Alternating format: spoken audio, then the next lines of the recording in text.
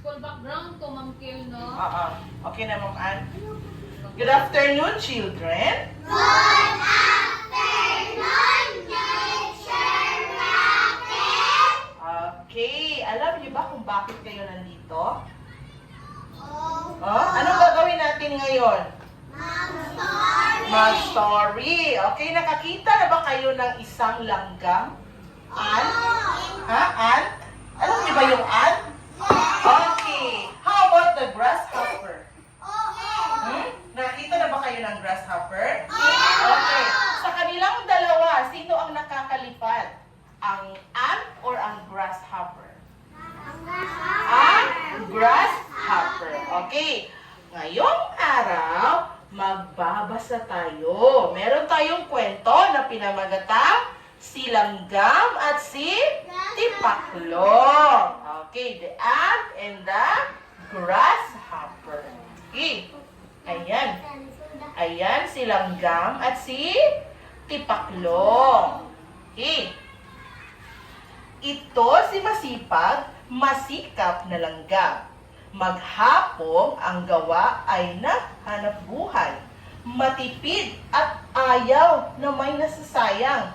Kaya iniipon kahit munting bagay. Ayan. Tingnan ninyo si Langgam, si ant. Ito si Tipaklong.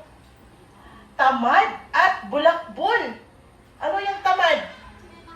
Ano yung tamad? Tapulan. Okay, tapulan. Walang ginagawa sa buong maghapon. Pasayaw-sayaw lang at patalon-talon. At hindi iniisip ang lungkot at gutom. Okay. Kaibigang langgam, halika't maglaro, sabi ni Tipaklong na pabiro-biro. Kung puro trabaho para kang bilanggo, di mo nasusunod ang gusto ng puso.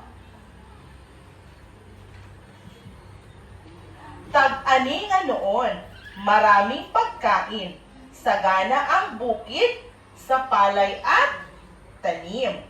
Sabi ni Tipaklong, ang sarap, mag-aliw, langgam, ang buhay mo ay huwag sayangin. Sino ang nagsabi nun?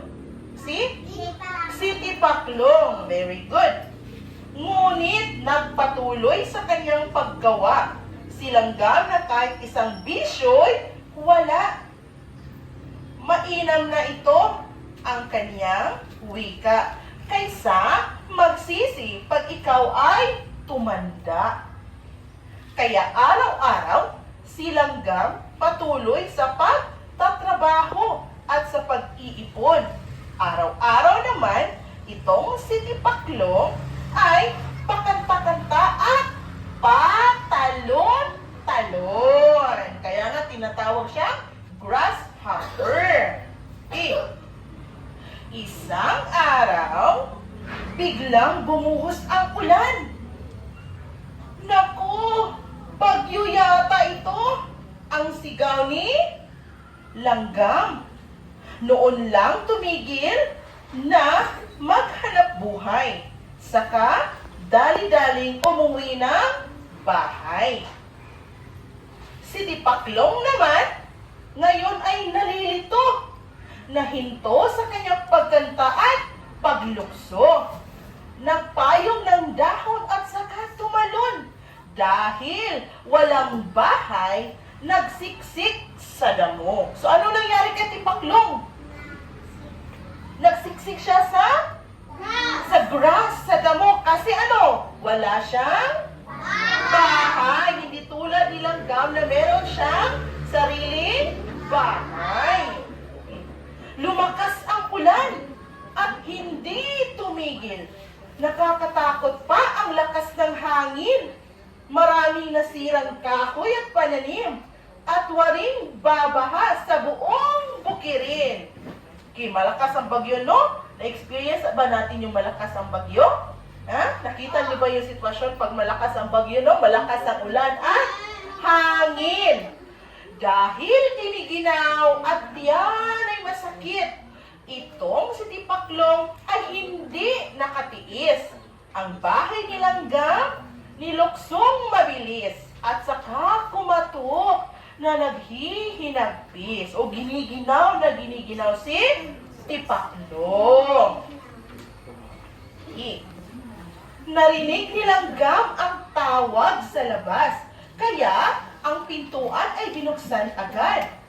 Pasok si Tipaklong na hirap at mahahalatang mataas ang lagnat. So nilalagnat sino ang nilalagnat? Si Tipaklong. Okay, dahil nabasa siya sa ulan. Very good.